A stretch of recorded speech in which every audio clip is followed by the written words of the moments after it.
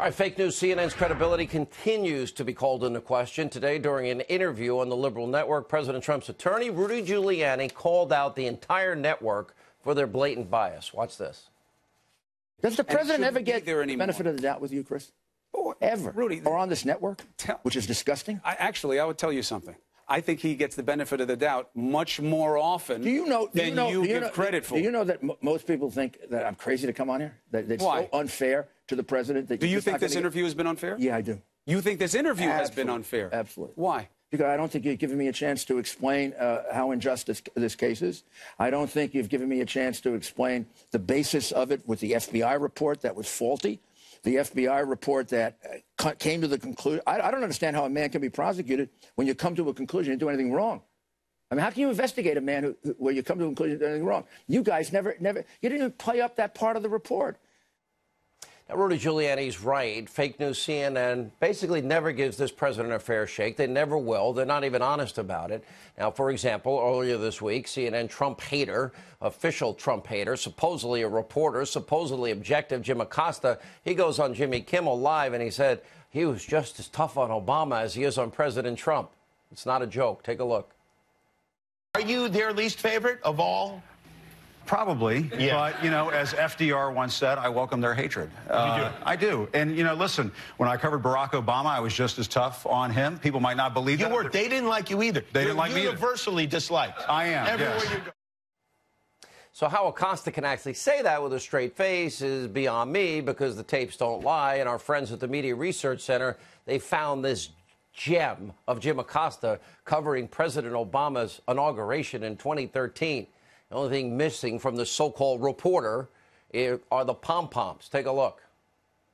And obviously, this is the moment that everybody is waiting for on Inauguration Day, when the President and the First Lady step out of their limo and walk down Pennsylvania Avenue. You know, I feel like I should pinch myself right now, Wolf. I can't believe I have this vantage point of history in the making.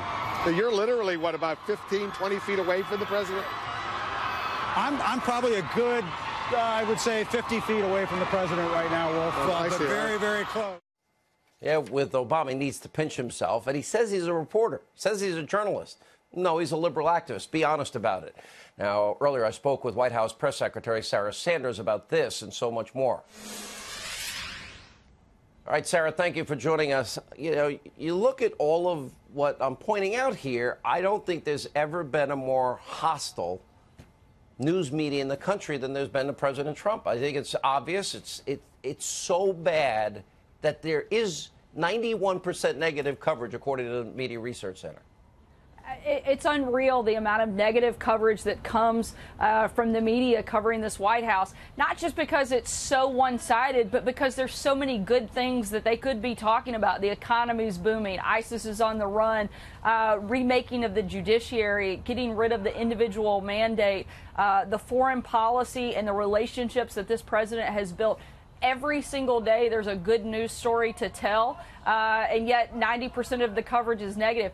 Sean, one of the clips that I hope that you'll go back and watch that I think Jim Acosta also said from that interview was that he'd love to go one-on-one with President Trump. I just a little note to Jim, I think he should stick with going one-on-one with me, because President Trump is way out of his league, and I don't think he wants to take on that challenge, because he's definitely not going to win.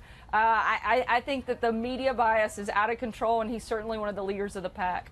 If he wants to be an opinion person, I'm a talk show host, and as a talk show, sometimes I do straight news interviews, sometimes I give opinion, other times I moderate debate, sometimes I debate. It's all encompassing, but I tell everybody I'm a conservative. We still do a lot of, frankly, we break more stories than most of them in a week than they do in a year, in my opinion, and they've been wrong so often.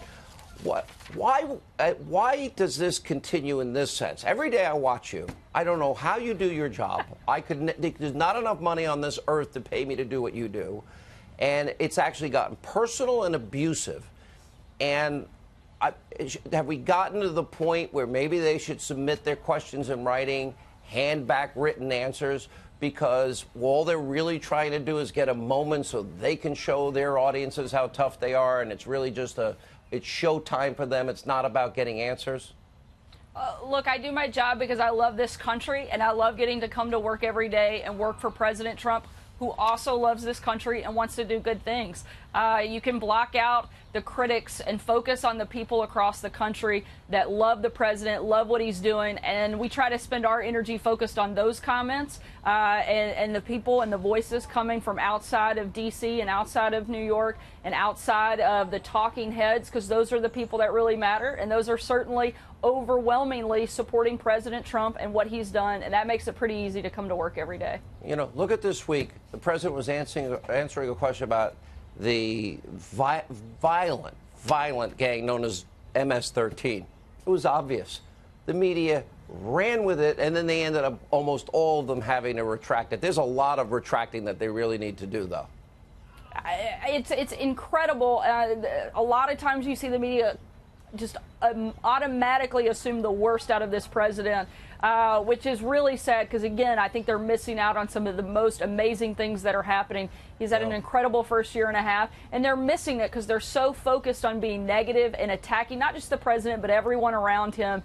And I think that's a real disservice to the country. He clearly was talking about MS-13 when he referenced the animals. And I said it yesterday, I'll say it again. I think he could have gone even further. These are some of the most despicable people that have ever walked this planet. The things that they do, the type of activity they engage in. Animal is the nicest thing I think that the president could have called them, and I hope he'll continue to call them out and continue to put pressure on every law enforcement agency and official in this country to bring them down and protect people across all over the country, and certainly I think he's done a great job doing that. All right, Sarah, great job. I don't know how you do it every day. Amazing, and we appreciate you being with us.